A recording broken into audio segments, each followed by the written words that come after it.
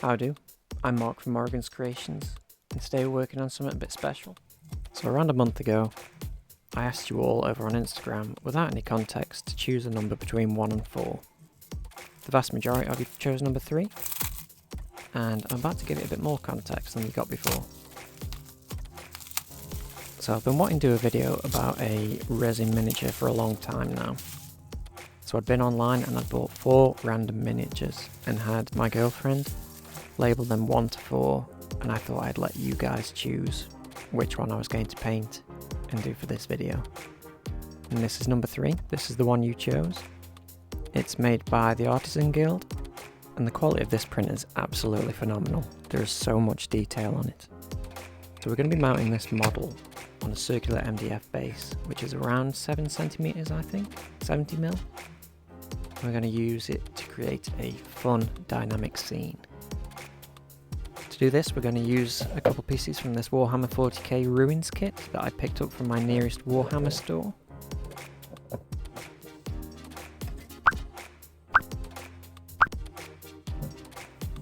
I also chose to use this cork placemat as the ground foundation for this base, as it's always easy to work with and it always produces a good result for me.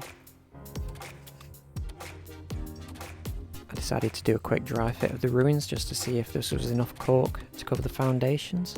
It wasn't, so it was a good idea that I did this dry fit, and I ripped up a few more bits of cork just to make the ground seem a little more rugged and to also cover the gaps. Really good property of this cork is that it adheres really well to the MDF, and this is just using some regular runny super glue. With a bit of pressure, there's little chance of this foundation breaking.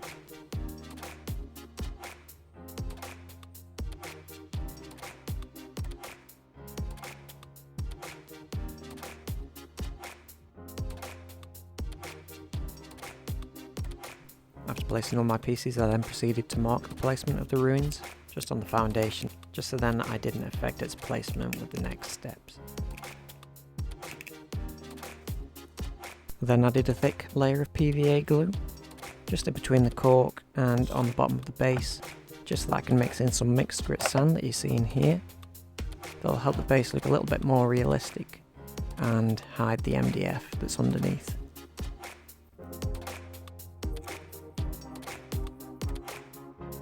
Now always remember to tap off any sand that hasn't stuck and save it for later. After securely gluing my runes on with some more runny super glue, I then hid the gap between the two with more PVA glue and sand.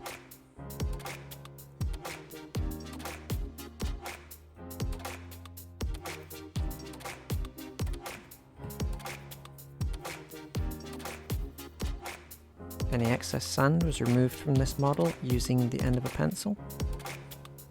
Next I secured the sand using a mixture of isopropyl alcohol and some watered down Mod Podge. The isopropyl alcohol helps break the surface tension, allowing the glue to spread evenly amongst the sand. Next it was time to prime the ruins and also the miniature, so I gave them a spray prime through my airbrush using some Vallejo matte black. And then I chose to use a cheap makeup brush that I found in B&M and a bit of Citadel's Dawnstone. Now I'm confident that the majority of you know what dry brushing is, but for those of you that don't, it's when you coat each of the bristles of your brush using your paint and then choose to wipe it off onto some kitchen towel.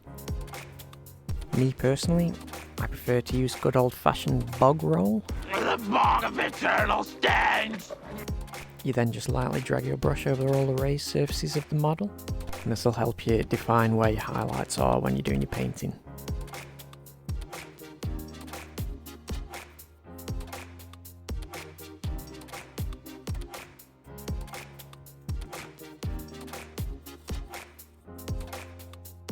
Next I did a second dry brush using Citadel's Pallid Witch Flesh. I did this in a smaller area just to catch the very tips of the highlights.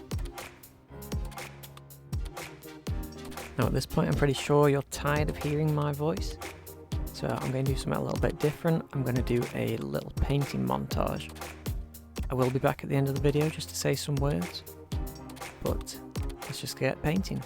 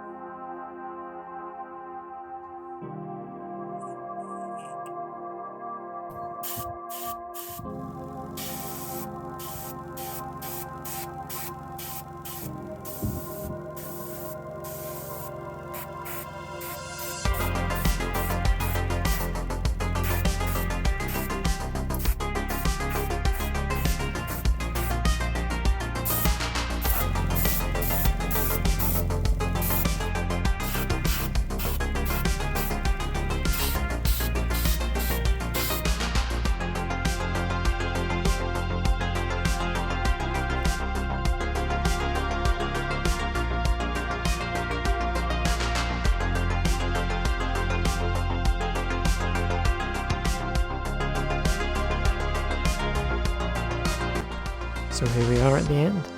The results turned out really good. I consider this one of my best. If you want to support this channel, join me on Patreon. I'll leave the link in the description. You can join for as little as £1. Otherwise, thank you so much for watching. Don't forget to hit that like and subscribe. Leave a comment with what you want me to do next. I'll see you later.